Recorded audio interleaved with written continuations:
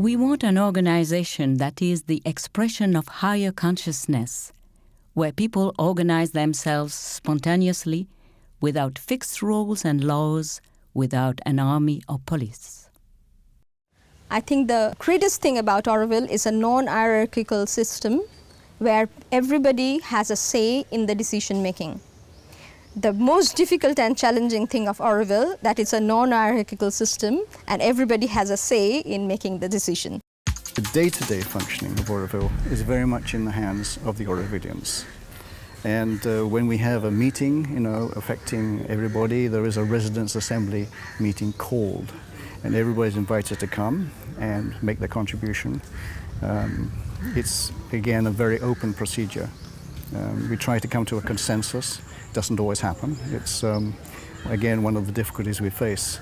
Any decision making has to go through this whole process, which makes it slow, which makes it difficult, which brings in questions from people who are not even probably aware of it, and then they have to be in the same boat. But I do see that as a positive thing, because whatever decision is taken is then becomes a very strong, and everybody can own it. And yes, there is a weight to it, because it's not coming from top. It's really had churned and cooked and made itself something probably even completely different from where it started. Within Auroville itself, we try as much as possible not to make any rigid rules, regulations, laws, if you like to call them as such. Because Auroville has to be an immensely free society, free to make mistakes as well as to come to solutions. And I think laws and regulations, they come out of the mind, and we're trying to go a little bit beyond the mind. It's a place which is free from state control. So seekers here can work freely.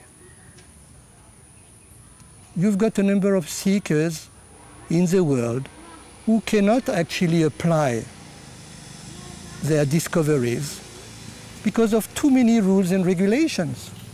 You can't do this, you can't do that. So Auroville provides that freedom. Whatever happens in the outside world, you can expect to happen here. The prime difference is what you do about it.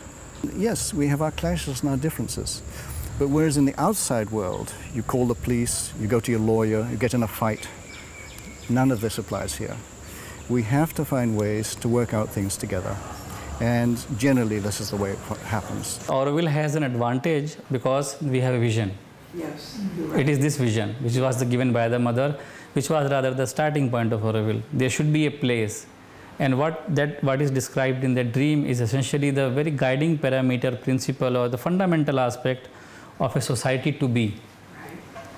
Taking clue from there and taking further clue from the Charter of Auroville to come up with planning guidelines which facilitate a creation of a society like that. It is an exercise which I doubt has been attempted in the human history. Auroville's role is also somewhere very strongly to be a model, right from education, which is the basis and central aspect of Auroville's theme, economy, self-governance, conflict resolution, management of resources, town planning, architecture, everything which touches the life. As Mother talked about the spiritual as well as material research. So the nature of challenge is in that line. How Auroville is able to produce via its own evolution, its own experiences and experiment, a model of how a humanity can live together, utilize the spaces, material resources, and have the self-governance. So it is a combination of all these aspects.